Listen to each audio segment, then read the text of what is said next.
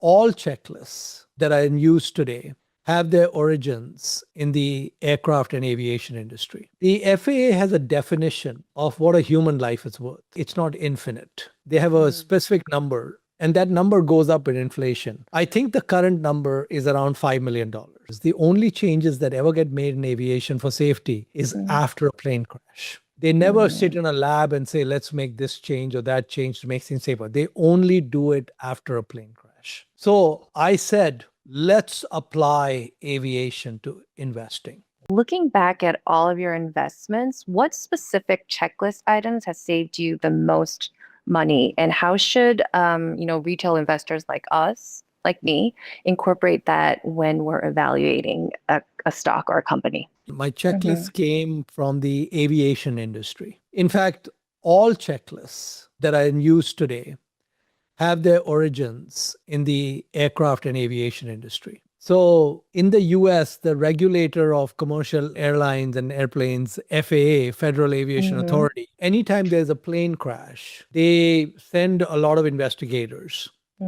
find out why the plane crashed, okay?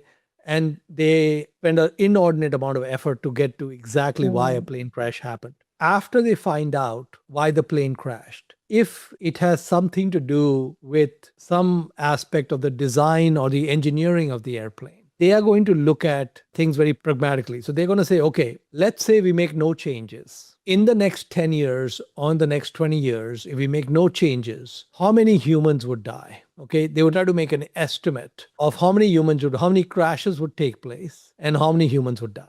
The FAA has a definition of what a human life is worth.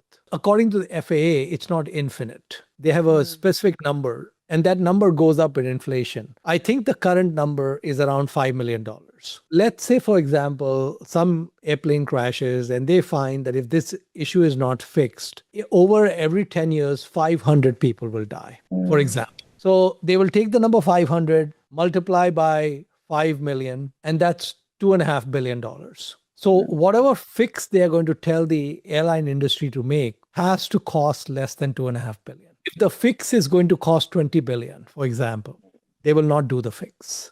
And because the FAA takes a pragmatic approach to how it does this, two things have happened with aviation. Number one, aviation is very safe. And number two, flying is very cheap. Okay? If the FAA took an approach which said a human life is worth infinite, it would cost $250,000 to fly from LA to Seoul. Okay? That's what we don't want that. No. Exactly. So they have taken a middle ground, and they only make changes. The only changes that ever get made in aviation for safety is after a plane crash. They never sit in a lab and say, let's make this change or that change to make things safer. They only do it after a plane crash. Okay?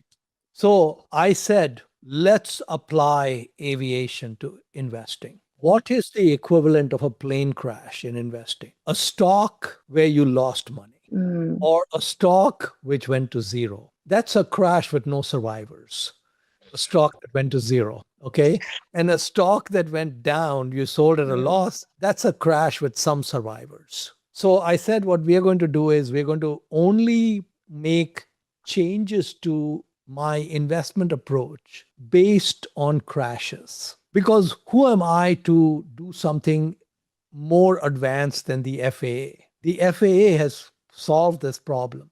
So I said, okay, let's go look at the great investors of the world. And let's look at the mistakes they made, which is companies they invested in where they lost money. Right. And let's see if it was visible before they lost the money that they were going to lose the money. In other words, are you looking for like signs? Yeah. So what I'm trying to say is that what I'm trying to understand is before a plane takes off, can we tell that it's going to crash or not?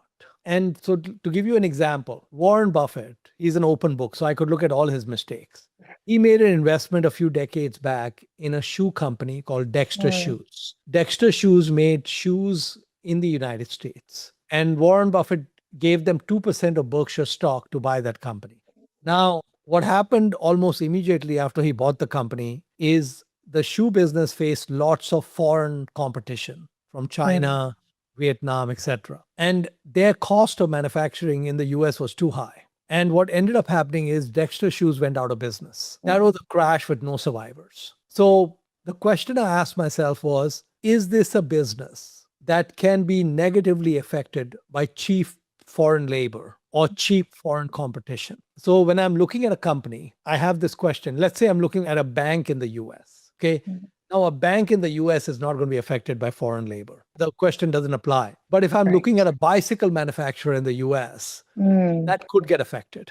All the bicycles in the world are made in Taiwan. All the brands, all the bicycles, except like Shimano in Japan, which makes great parts. They do well. So what I'm saying is, so that would say that if I'm looking at a bicycle manufacturer in the US, the checklist is say, Mohnish, don't go there. You can see what happened to Dexter. I made a checklist based on the crashes only. And I started making this checklist 16 or 17 years ago. It used to have 70 or 80 questions. Now it has 213 questions. And it doesn't take very long. Usually the first time I run the checklist, I cannot answer a bunch of questions, which means I have not done the work. Let's go figure out how to answer those questions. Then we come back and then we find all the questions where there's a failure. And then we look at those failures and say, based on these failures, do we want to take off or not? We can make that decision. And so the checklist is fantastic. And so do you do this every time you're looking at a new company? You do all 230 absolutely. questions? Absolutely. We do not take off. A pilot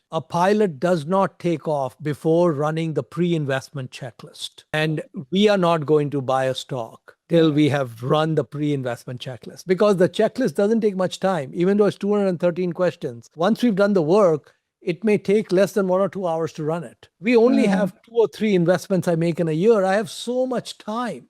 All I have is time. So I have you go through the time. checklist. Yes, absolutely. We go to the checklist. We look at what the failures are. Now, for an individual investor, because I have not published my checklist, it is proprietary.